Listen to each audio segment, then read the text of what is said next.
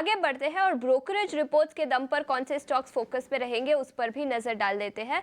जिन्हें अब हमारे साथ जुड़ चुके हैं जो बताएंगे ब्रोकरेज रिपोर्ट्स से क्या निकल कर आया है और उसी के चलते कौन से स्टॉक्स फोकस में रहेंगे। जिन्हें बताएं।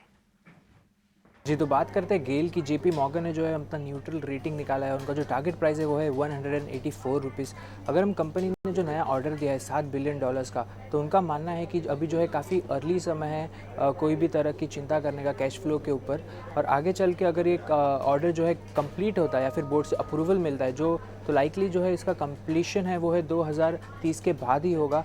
और अगर हम स्टॉक में देखें तो कल जो है गिरावट देखने मिली, बट उनका मानना है कि मार्केट जो है शॉर्ट टर्म बेसिस पे जो शॉर्ट टर्म इश्यूज़ है उसके ऊपर फोकस करेगा और उसी के कारण उन्हें एक वैल्यूएशंस की बढ़ोतरी देखने में नज़र आ रही है। इसलिए उनका एक पॉजिटिव रुझान आ रहा है गेल के ऊपर। ऑल्सो मॉर्गन स्टैनली ने भी गेल पर एक नोट निकाला है। उन्होंने जो अपना बाइंग रेटिंग है बरकरार रखे और उनका जो टारगेट प्राइस है वो है 250 रुपये। उनका मानना है कि जो 60,000 करोड़ का जो प्रोजेक्ट है वो FY31 तक कंप्लीट हो सकता है, एक बार जो है बोर्ड का अप्रूवल आ जाए। और ये जो प्रोजेक्ट है ये मेनली जो है कंपनी एक नए बिजनेस में डाइवर्सिफाई कर रही है जो कि है फीड स्टॉक बिजनेस में। दूसरा स्टॉक जिस पर आपकी नज़र रखनी चाहिए वो है ONGC। जेफरीज ने अपना एक बाइंग रेटिंग बरकरार रखी और इनका जो टारगेट प्राइस है वो है 390 रुपये।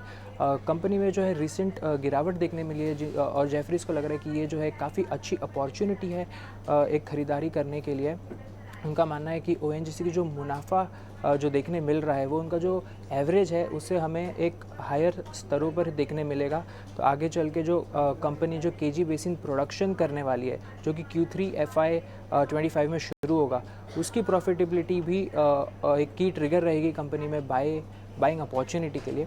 और लास्टली सन फार्मा पर आपकी नज़र होनी चाहिए क्योंकि मैक्वायरी ने अपनी एक बाइंग रेटिंग बरकरार रखी और उनका जो टारगेट प्राइस है SOTP वैल्यूएशन से जो उन्होंने निकाला है वो बनकर आ रहा है 1685 रुपीज़ का।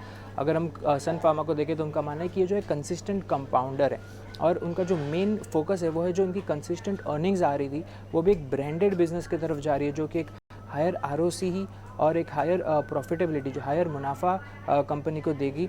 और ऑल्सो जो उनके दूसरे बिजनेस है जो है स्पेशलिटी केमिकल्स और एक इनोवेशन मेडिसिन के, वो भी आगे चलकर आपको अच्छा मुनाफा देखने मिलेंगे उसमें भी। तो कंपनी की जो स्ट्रॉन्ग बैलेंस शीट है वो उसमें भी काफ़ी कैश है जिसके कारण कंपनी को एक्विजिशंस और जो लाइसेंसिंग करने मिलेगा एक अच्छा ऑप्शंस मिलेगा। सो ओवरऑल अच्छा रुझान आता हुआ सन फार्मा पर मैक्वायरी की तरफ। बिल्कुल, तो सन फार्मा, टाटा केमिकल्स, HCC जैसे कुछ स्टॉक्स हैं जिन पर बड़ी ब्रोकरेज रिपोर्ट्स आई है और उस रिपोर्ट्स के दम पर स्टॉक्स फोकस में रहेंगे। जिन्हें शुक्रिया अपना समय निकालकर जुड़ने के लिए।